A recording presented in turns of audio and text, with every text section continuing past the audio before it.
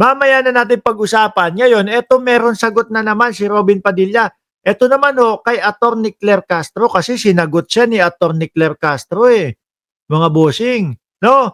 Pakita ko muna yung sagot sa kanya ni Attorney Claire Castro kasi nga, para ho sa akin ang pagkakaintindi ko, ang pagkakaintindi ni Robin Padilla, mga bossing, ay si Claire Castro etong nagsasalita dito. Hingi ka na naman ng dagdag.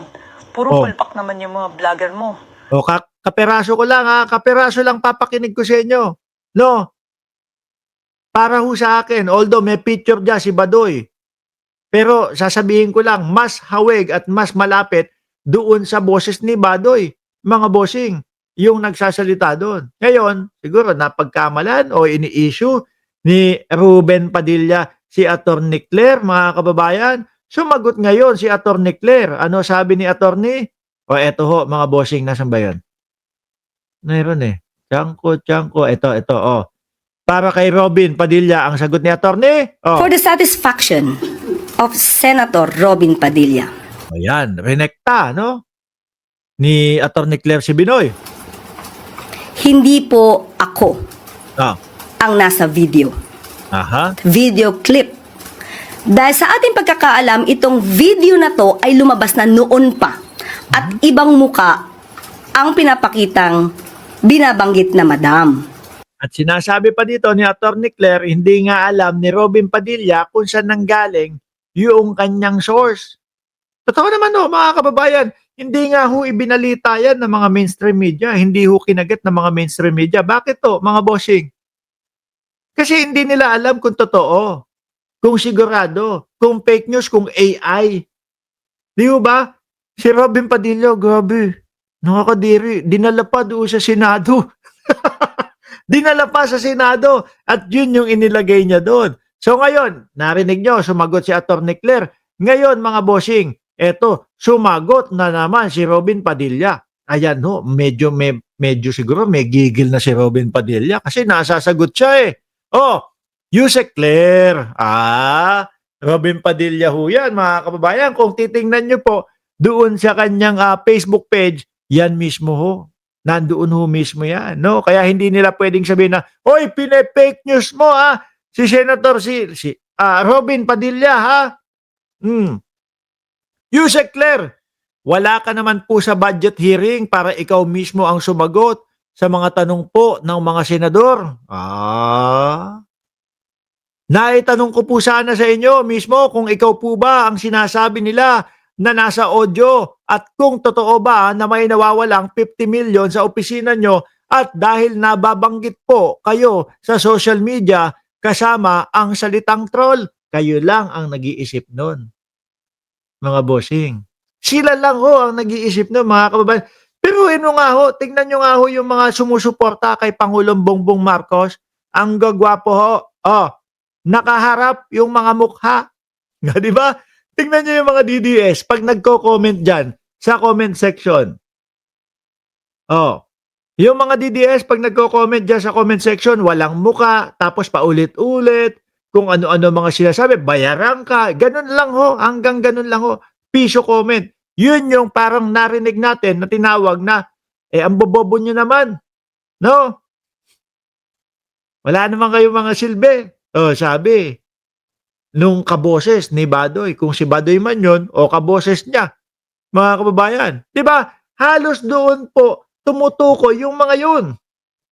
Tuloy, sabi ni Shiro Kansaki, palpak yung demolition job mo. Boy, hindi nila kaya to si Attorney Claire? Hindi ho nila kaya to, mga kababayan. Magaling sumagot, mahusay sumagot.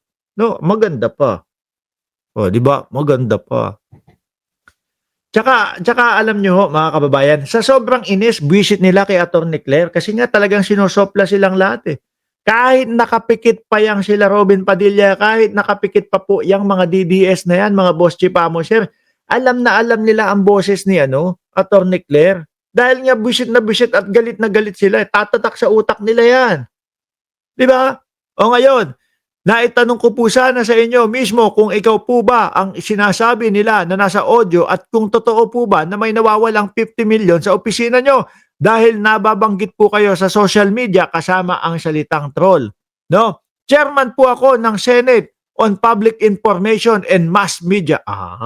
Meron pala si Binoy noon, no? Trabaho ko po ang tanungin kayo na nasa public information, hindi akusahan. Kanya-kanya po tayong mandato. Tingin ko kapag hinarap din to ni Atty. Claire, wala naman din ho ito, mga kababayan. No, wala ho ito. Ang nakikita ko ho, na gagawin ni Robin Padilla, manguuto. Binibini, napakaganda, ano po, ganito po. Ganyan lang ang gagawin ni Robin Padilla dyan. Pero yung kapag yung alam niya, kaya-kaya, kunyari si General Torre, no? Boost! Iba, ganyan upo ni Robin Padilla doon, nakaganyan. Boost! Kung sinabi lang po nung amo namin, o sinabi lang, hindi, ulitin ko. Boss, kung sinabi lang nung boss namin na i-contempt ka, i-contempt ka na namin. I-contempt na kita. Ganun yung sabi ni Robin Padilla. Putik na yan, senador ka, tapos meron kang pinapakinggang boss, at yun yung susundin mo para i-contempt si General Torre. Yun, medyo kinakaya-kaya niya. Pero ito si Atty. Claire, malabo ho yata. Kahit sabihin mo pang senador, kahit basta mali ka, iko-correct ka ni Atty. Claire Castro. Di ba?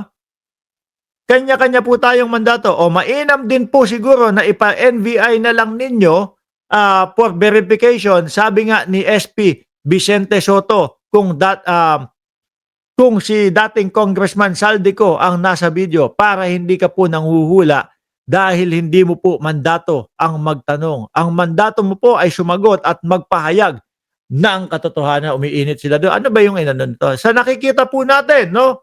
Kumbaga, sarili niyang opinion to, sariling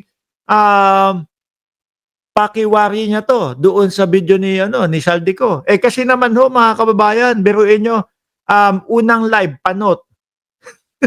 Unang live, panot. Sumunod na mga live, medyo gumulo lang ng konti yung buhok. Yung pang-apat, ang bilis, may parang nagpahid na ng sandamakmak na hair grower sa ulo.